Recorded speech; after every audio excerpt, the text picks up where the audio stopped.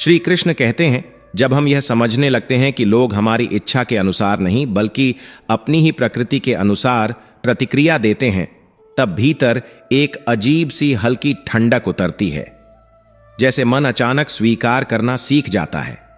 नाराजगी धीरे धीरे पिघलती नहीं बल्कि अपनी जगह बदल लेती है। वह समझ में बदल जाती है और समझ हमेशा रिश्तों को बचा लेती है।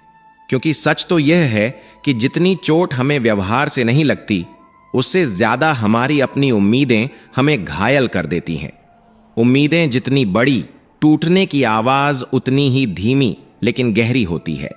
और आदमी सोचता रह जाता है कि दर्द किसी और ने दिया या हमने खुद से दिया। और जब अंदर ऐसी समझ पलने लगती है, तब व्यक्ति महसूस करता है कि वास्तविक स्वतंत्रता बाहर की दीवारें टूटने से नहीं आती। असली स्वतंत्रता तो तब शुरू होती है जब भीतर के डर एक एक करके ढहने लगते हैं। वही डर जो वर्षों से मन के किसी कोने में चुपचाप जंग खा रहे होते हैं। समाज की राय, बीते अनुभवों की परछाइयां, अपनी ही सीमाओं की पकड़ और न जाने कितनी बेनाम आवाजें जो हम पर हुकूमत करती रहती हैं। लेकिन जैसे ही इंसान इनमें से किसी एक आवाज को पहचान लेता है, उसे समझ लेता है, उसी क्षण एक अदृश्य ताला खुल जाता है और भीतर कहीं से हल्का सा साहस जन्म लेता है। साहस जो खुद को पकड़ने की जगह खुद को छोड़ना सिखाता है।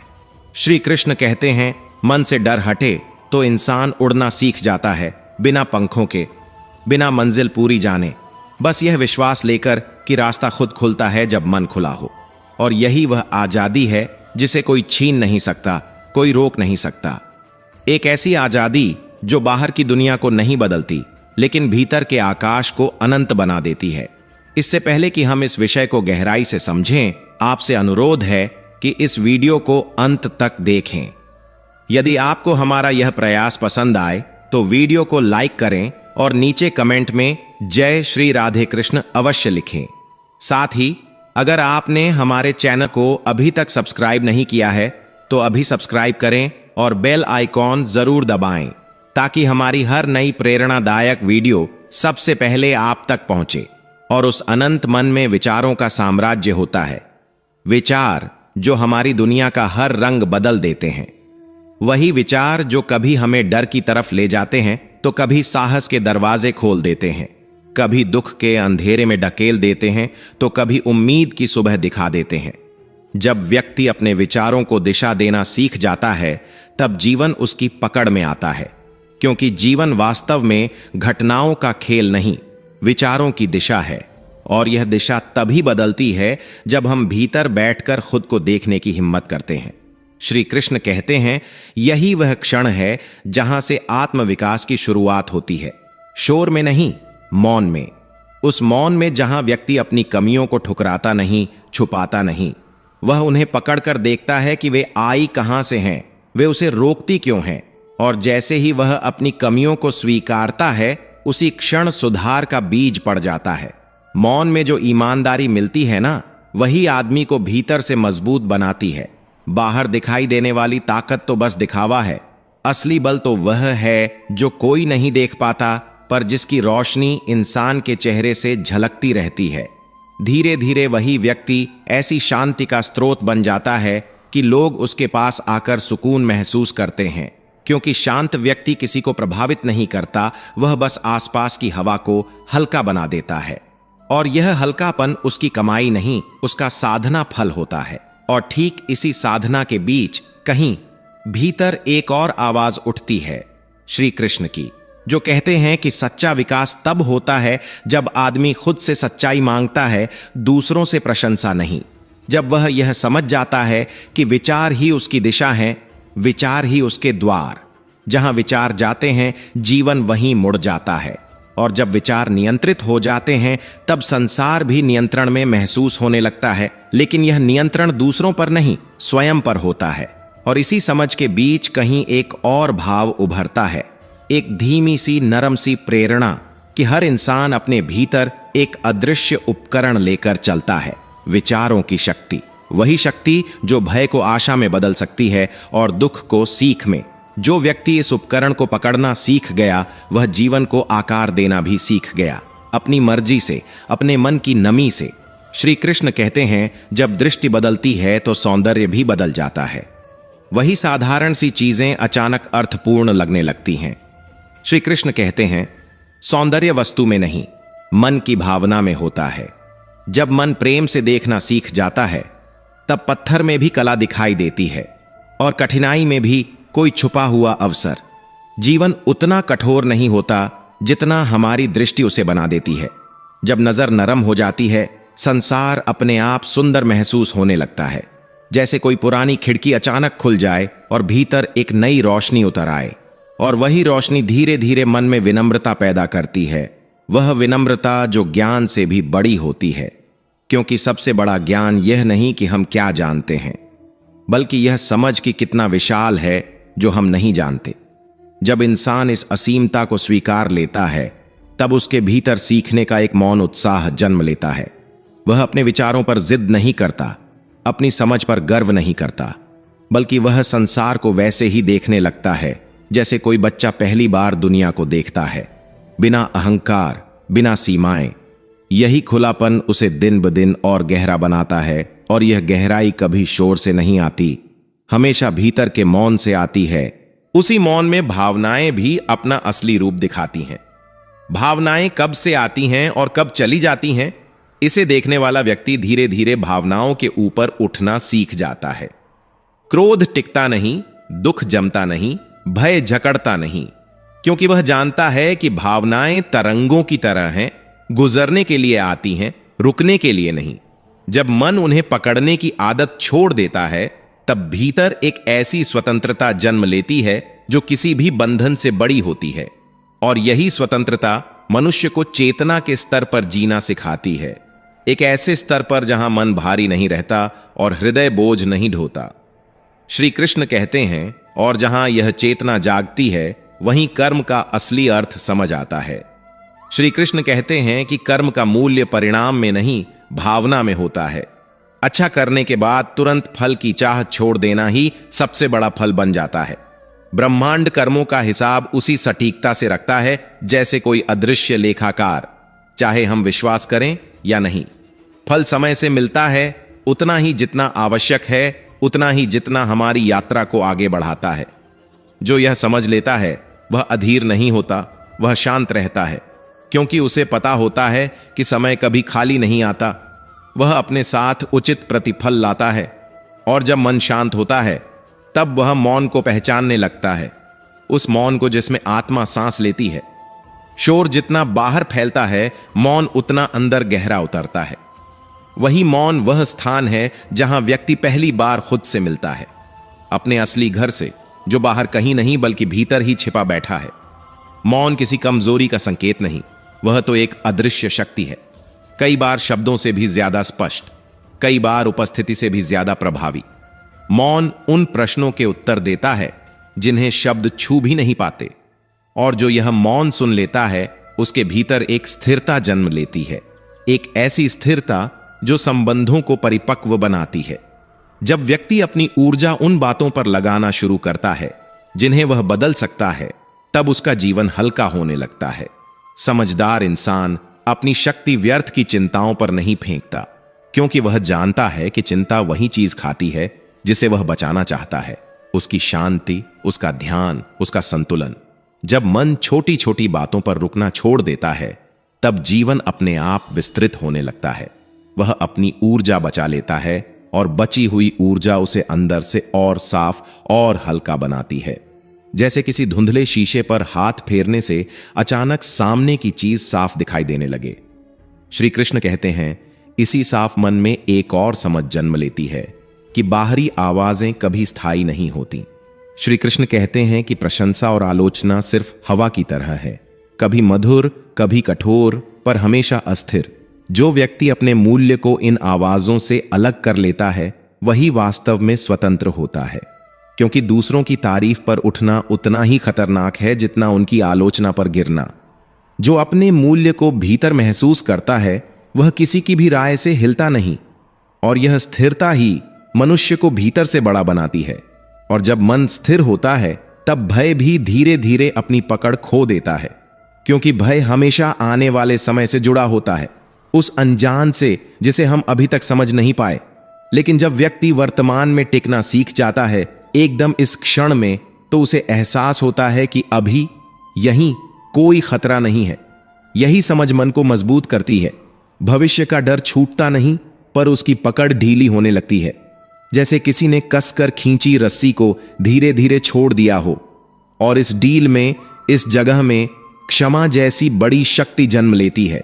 श्री कृष्ण कहते हैं, क्षमा किसी और को नहीं, खुद को मुक्त करती है। जो क्षमा नहीं कर पाता, वह अपने भीतर झरजमा करता रहता है, धीरे धीरे, चुपचाप, बिना जाने। लेकिन जो क्षमा कर देता है, उसका हृदय हल्का हो जाता है, और यही हल्कापन उसकी मानसिक यात्रा का पहला कदम बनता है। क्योंकि मन तभी ऊपर उठ सकता है जब वह भीतर से हल्का हो। जब मन हल्का हो जाता है, तब वह योग की असली परिभाषा को समझने लगता है। योग सिर्फ शरीर का खिंचाव या सांसों का अभ्यास नहीं होता। योग वह जगह है जहां व्यक्ति अपनी आत्मा, अपने विचार, अपनी भावनाएं और अपने कर्म ऑल एक ही धागे में बंध जाते हैं। जब इंसान भीतर सजग हो जाता है, जब हर क्षण में उपस्थित रहता है, तब वही योग है। योग किसी आसन का नाम नहीं, वह जीवित रहने की जागरूकता है। एक ऐसी जागरूकता जहां इंसान खोया हुआ नहीं, हर पल में जागृत रहता है।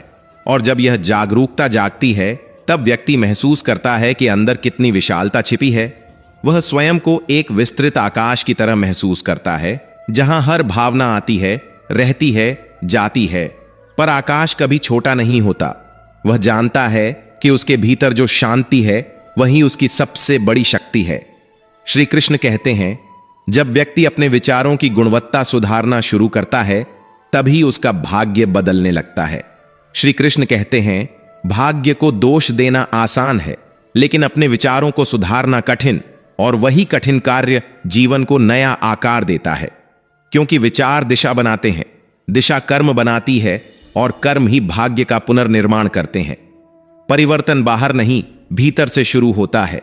एक बिल्कुल अदृश्य सी हलचल, जैसे कोई गहरा सत्य धीरे से मन को छू जाए, और यह भीतर का परिवर्तन धीरे धीरे बाहर की दुनिया की शक्ल भी बदल देता है।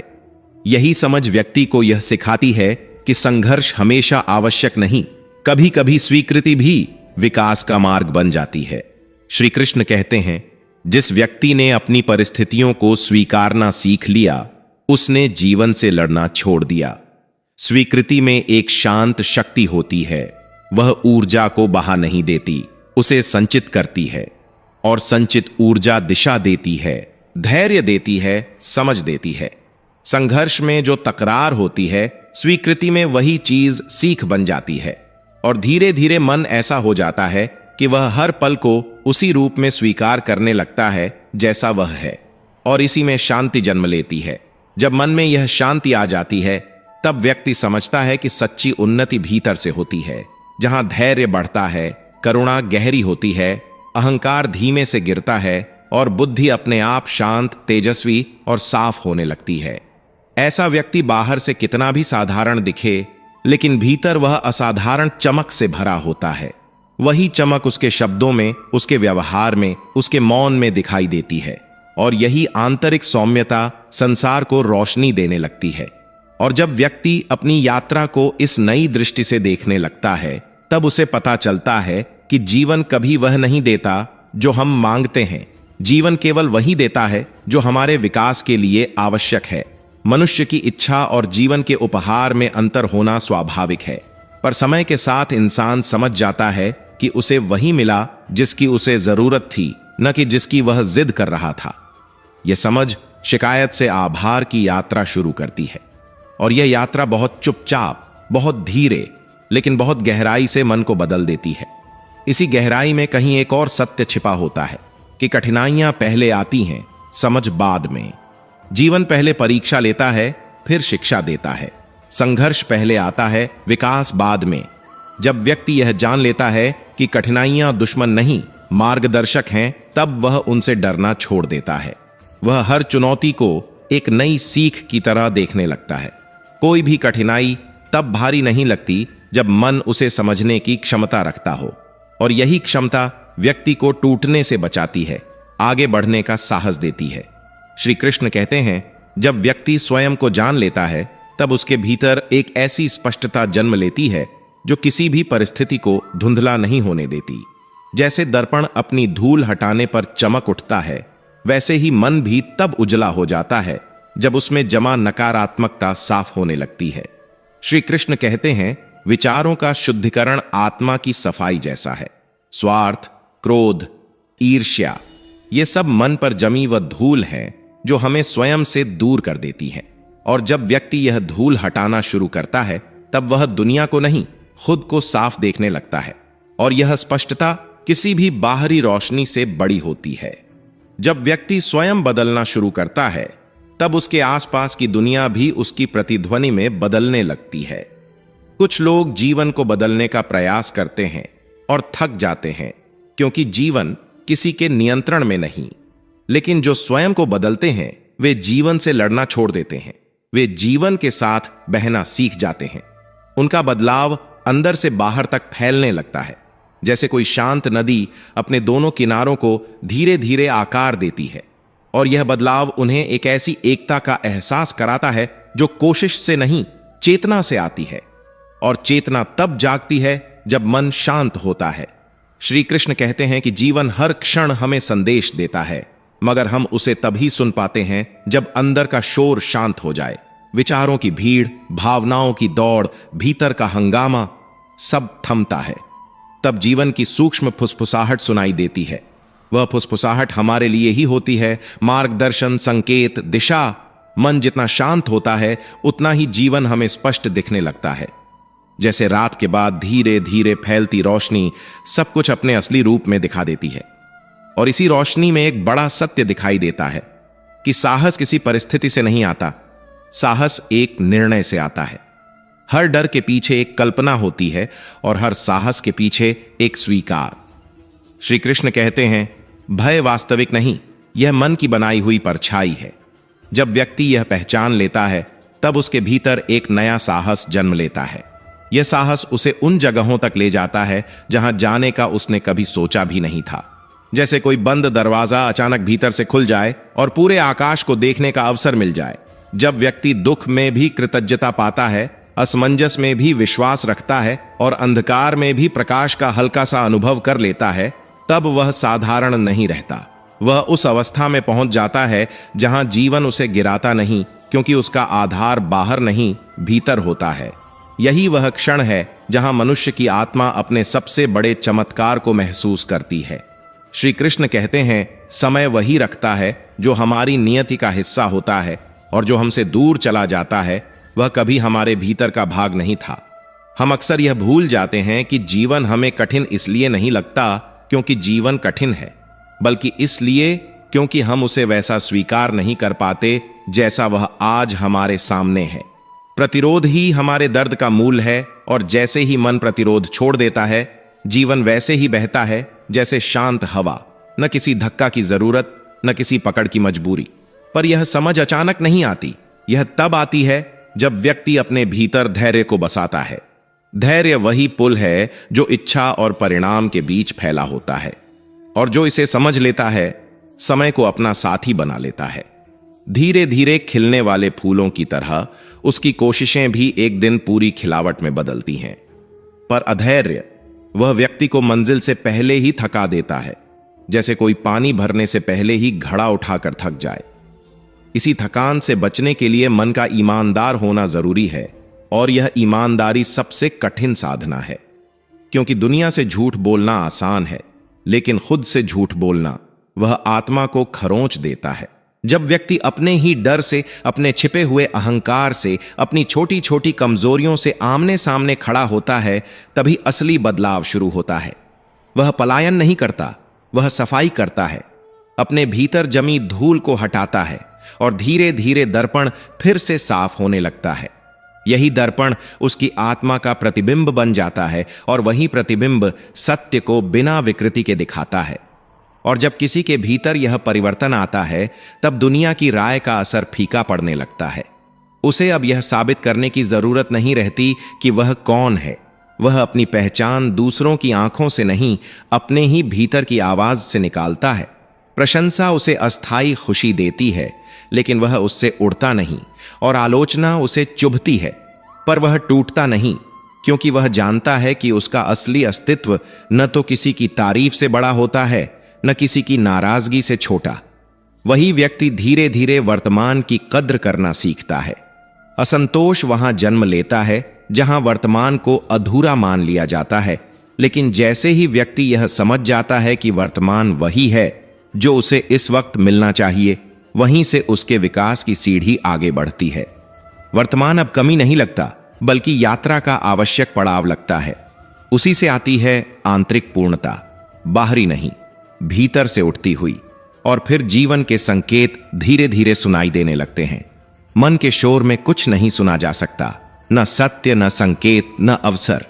लेकिन जब भीतर का हंगामा शांत हो जाता है, विचारों की भागदौड़ कम हो जाती है, तब जीवन अपनी सूक्ष्म फुसफुसाहट सुनाने लगता है, और यह फुसफुसाहट ही दिशा बनती है।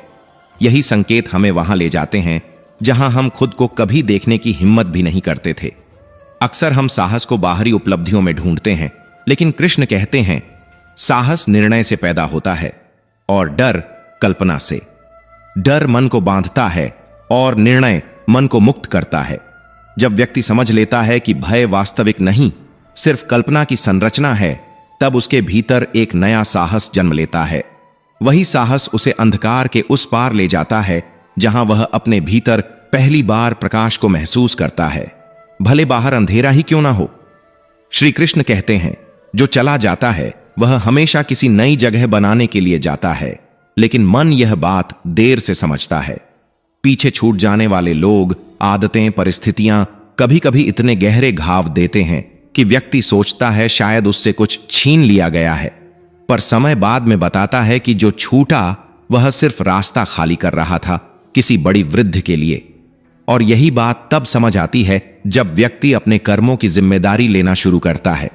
जब वह यह मान लेता है कि उसकी प्रतिक्रिया, उसका निर्णय, उसका व्यवहार सब उसी का निर्माण है, तब वह दूसरों को दोष देना छोड़ देता है।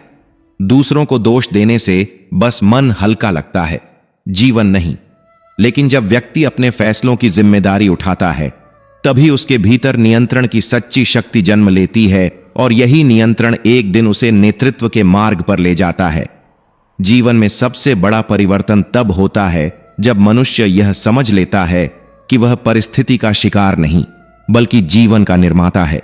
उसकी मानसिकता ही उसके अनुभवों का बीज बोती है। जैसे ही यह बोध पकड़ में आता है, भीतर एक अजीब सी शक्ति जागती है, मानो अब बाहर कुछ नहीं बदलना, सिर्फ भीतर के नजरिए को मोड़ना है, और नजरिया मोड़ते ही हर दृश्य बदलने लगता है। इसी दृष्टिकोण के साथ जब व्यक्ति प्रेम की तलाश में नहीं, बल्कि स्वयं प्रेम की ऊर्जा बनने लगता है, तब प्रेम स्वतः उसके जीवन में बहता है। करुणा उसके शब्दों में उतरती है, सहजता उसके स्पर्श में, और निस्वार्थता उसके कर्मों में। तब प्रेम मांगना नहीं पड़ता, प्रेम बनकर ही प्रेम पाया जाता है। श्री कृष्ण कहते हैं भय मनुष्य को पीछे खींचता है, उद्देश्य उसे आगे ले जाता है। जिस दिन कोई व्यक्ति भय से चलना बंद कर देता है और उद्देश्य से चलना शुरू करता है, उसी दिन उसके जीवन की दिशा बदल जाती है। उद्देश्य गिरकर उठना सिखाता है, हार में भी सीख देखने की नजर देता है, और थकावट के बीच भी दृढ़ रहने की क्षमता जगाता है। यही उद्देश्य एक दिन इतना स्पष्ट हो जाता है कि व्यक्ति खोने के डर से मुक्त होने लगता है। और जब कोई खोने के डर से मुक्त हो जाता है, तब उसके लिए पाने का आकाश खुल जाता है, क्योंकि डर ही फैसलों को सीमित करता है। यही सोच कि अगर यह खो गया तो। लेकिन जैसे ही व्यक्ति समझ लेता है कि जो जाना है वह जाएगा ही, और जो रहना है वह किसी तूफान में भी रहेगा, तब उसके भीतर एक अद्भुत स्वतंत्रता पैदा होती है। और यह स्वतंत्रता जब भीतर फैलती है, तब जीवन को देखने का तरीका बदल जाता है। वह हर समाप्ति को अंत नहीं समझता, हर दूरी को हानि नहीं मानता, और हर बिखराव को हार नहीं गिनता। वह देखना शुरू करता है कि समय किस तरह धीरे धीरे अनावश्यक चीजें हटाता है, ताकि भविष्य की आवश्यकताएं जगह पा सकें। वह महसूस करता है कि कई लोग जिन्होंने दुख दिया, वे आगे बढ़ने के लिए जरूरी धक्के थे। कई परिस्थितियां जो टूटन बनी, वे वास्तव में नए अध्याय का दरवाजा थीं। और इसी बीच मन धीरे धीरे यह सीखने लगता है कि सुरक्षित वही है जो भीतर है, बाहर कोई चीज स्थायी नहीं। जो अंदर जागता है वही दिशा बनता है, वही शक्ति, वही प्रकाश। और जैसे जैसे यह प्रकाश फैलता है, मनुष्य अपने ही भीतर एक नए रूप में लौटने लगता है, जहां डर धुंधला होता जाता है, उद्देश्य तेज होता जाता है और यात्रा अचानक उस ओर मुड़ जाती है जहां उसने खुद को कभी खड़ा हुआ कल्पना भी नहीं किया था। श्री कृष्ण कहते हैं, जिसने अपने भीतर जन्म लेने वाले भय पर विजय पा ली, उसने जीवन को उसकी मूल सच्चाई के साथ छू लिया। भय रोकता नहीं है, वह व्यक्ति को भीतर से छोटा कर देता है, सिकोड़ देता है, उसकी उड़ान को सीमित कर देता है। जैसे कोई खुला आकाश होते हुए भी पंखों को पकड़कर वापस खींच ले। लेकिन जैसे ही व्यक्ति यह समझना शुरू करता है कि भय बाहर नहीं, उसके ही मन की छाया है, उसी पल एक नया साहस जन्म लेता है। यह साहस अचानक नहीं आता, यह धीरे धीरे भीतर फैलता है, जैसे सुबह की रोशनी अंधकार को बिना शोर के पीछे धकेल देती है। और जब यह रोशनी भीतर गहराती है, तब व्यक्ति भय से स्वतंत्र होकर जीना शुरू करता है। वह समझता है कि जीवन के अंत में कोई यह नहीं सोचता कि उसने कितना जमा किया, कितनी चीजें रखीं, कितनी उपलब्धियां दिखाईं। वह यह सोचता है कि उसने कितनी भावनाएं महसूस कीं, कितना प्रेम दिया, किन रिश्तों को सच्चे अर्थों में जिया और किन अनुभवों ने उसे भीतर से बदल दिया। सच्ची संपत्ति वस्तुओं में नहीं, भावनाओं में होती है। संग्रह में नहीं, संबंध में होती है। परिणाम में नहीं, अनुभव में होती है।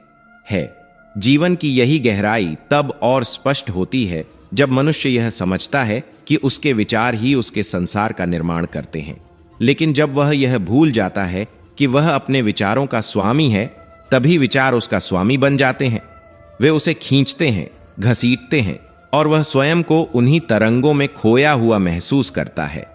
पर जैसे ही वह स्वयं को चेतन दृष्टा के रूप में पहचान लेता है, जैसे केवल देखने वाला बिना बंधे, उसे मालूम होता है कि विचार तो बस आती जाती लहरें हैं। जो उन्हें पकड़ता है वही डूबता है, जो उन्हें गुजरता हुआ देखता है वही उनसे ऊपर उठ जाता है। यही समझ मनुष्य को मानसिक दास्ता से मुक्त करती है और भीतर का आकाश खुलने लगता है। श्री कृष्ण कहते हैं, कितना बड़ा भ्रम है कि हम बाहरी चीजों को स्थायी मान लेते हैं, पद, लोग, अवसर, सुख, सम्मान, सब कुछ। लेकिन श्री कृष्ण कहते हैं, परिवर्तन ही संसार का नियम है। जब यह बात भीतर उतरती है तो व्यक्ति आसक्ति छोड़ देता है। यह विरक्ति नहीं, पलायन नहीं, यह समझ का परिपक्व रूप है, जहां व्यक्ति सुख मिलने पर बहकता नहीं और दुख मिलने पर टूटता नहीं। वह एक ऐसी शांति की ओर बढ़ता है जहां मन लहरों की तरह नहीं उफनता, बल्कि गहराई की तरह स्थिर रहता है। हर व्यक्ति अपने भीतर एक अनकहा प्रकाश लेकर चलता है, कभी धुंधला, कभी तेज, कभी खोया हुआ, कभी असाधारण रूप से उज्ज्वल। अज्ञानता के बादल इसे ढक लेते हैं, भ्रम इसे कम कर देते हैं, लेकिन सत्य की स्मृति इस प्रकाश को फिर से प्रज्वलित कर देती है। जब व्यक्ति स्वयं को केवल नाम, पहचान, समाज के बनाए हुए रूपों से ऊपर देखना शुरू करता है, तब यह अंतर ज्योति पुनः चमकने लगती है और यही प्रकाश धीरे धीरे उसके जीवन का मार्गदर्शन बनता है। बिना कहे, बिना दिखे, जैसे भीतर से कोई हाथ उसे सही दिशा में ले जा रहा हो। इंद्रियां मनुष्य को आकर्षण की ओर खींचती हैं। उन्हें पकड़कर चलना आसान है, पर उन्हें पार कर जाना ही आत्मनियंत्रण का पहला कदम है। यही नियंत्रण भीतर की अराजकता के ताले खोलता है। वहीं से स्थिरता जन्म लेती है, वहीं से वह शक्ति उठती है जो व्यक्ति को अपने ही मन का स्वामी बनाती है। और जब वह एक क्षण के लिए भी इस भीतर की यात्रा में उतरता है, तब उसे पता चलता है कि सत्य कहीं बाहर नहीं, किसी पुस्तक, किसी व्यक्ति या किसी उपदेश में नहीं, बल्कि उसके अपने हृदय की गहराई में लिखा हुआ है। शब्द अक्सर भ्रमित कर देते हैं, अर्थों को उलझा देते हैं, लेकिन मौन हमेशा सीधा सत्य दिखा देता है। यही कारण है कि श्री कृष्ण कहते हैं, कभी कभी मौन ही सबसे बड़ा उपदेश होता है, मौन ही सबसे गहरा उत्तर होता है, मौन ही वह स्थान है जहां ईश्वर सुनाई देता है। और जब मनुष्य बुद्धि से देखना शुरू करता है, विवेक से निर्णय लेना शुरू करता है, तब जीवन सरल हो जाता है। लेकिन यह बुद्धि तभी पूर्ण होती है जब उसके साथ करुणा भी हो, क्योंकि बुद्धि बिना करुणा वैसी ही है जैसे पक्षी बिना एक पंख के ऊंचा उड़ नहीं सकती, कहीं पहुंच नहीं सकती, बस जमीन पर ही घूमती रहती है। बुद्धि और करुणा दोनों मिलकर ही जीवन की सुंदरता बनाते हैं। वही संतुलन बनाता है जो मनुष्य को परिपक्व करता है। श्री कृष्ण कहते हैं, यह समझ तब और विस्तार पाती है जब व्यक्ति महसूस करता है कि जहां अपेक्षा नहीं होती वहां निराशा भी नहीं होती, जहां लगाव कम होता है वहां पीड़ा भी कम हो जाती है। यही मानसिक स्वतंत्रता कर्मयोग का शिखर है, जहां मनुष्य कर्म केवल इसलिए करता है क्योंकि वह उसका धर्म है, न कि इसलिए कि वह किसी परिणाम की लालसा रखता है। परिणाम उसे छू नहीं पाते, न सफलता उसे उछालती है, न असफलता उसे गिराती है। वह बस अपनी दिशा में शांत, स्थिर और निडर होकर बढ़ता रहता है। और फिर प्रेम आता है, लेकिन प्रेम भी तभी स्थिर रहता है जब वह स्वतंत्रता और विस्तार पर आधारित हो, स्वामित्व और अपेक्षा पर नहीं। संबंध शरीरों के बीच नहीं, आत्माओं के बीच होते हैं। जब संबंध किसी को बांधने की कोशिश करते हैं वे टूट जाते हैं, लेकिन जब वे किसी को उसकी संपूर्णता में स्वीकार करते हैं तभी वे गहराते हैं। प्रेम का सबसे शुद्ध रूप वही है जहां व्यक्ति दूसरे को अपनेपन में बांधता नहीं, बल्कि उसके विस्तार को स्थान देता है।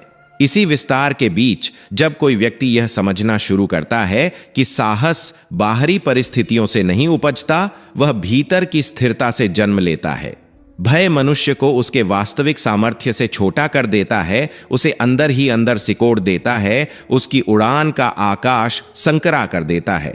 लेकिन जैसे ही वह पहचानता है कि भय सिर्फ मन की छाया है, कुछ नहीं, बस एक कल्पना, तभी साहस का अंकुर स्वयं उगाता है। यह जन्म अचानक नहीं होता, लेकिन जैसे सुबह के उजाले में अंधकार पीछे हटता है, वैसे ही यह धीरे धीरे मनुष्य को विस्तृत कर देता है। कभी कभी जीवन हमें यह सिखाता है कि असली शक्ति किसी विजय में नहीं, बल्कि उस क्षण में होती है जब मन टूटने की कगार पर हो और फिर भी वह अपने भीतर से उठने का साहस खोज ले। क्षमा का वही स्वरूप श्री कृष्ण बताते हैं कि क्षमा किसी कमजोरी का नाम नहीं है, बल्कि वह तो अपने आप में एक अदृश्य शक्ति है, एक ऐसा प्रतिशोध जो दूसरे को नहीं बल्कि खुद को मुक्त करता है।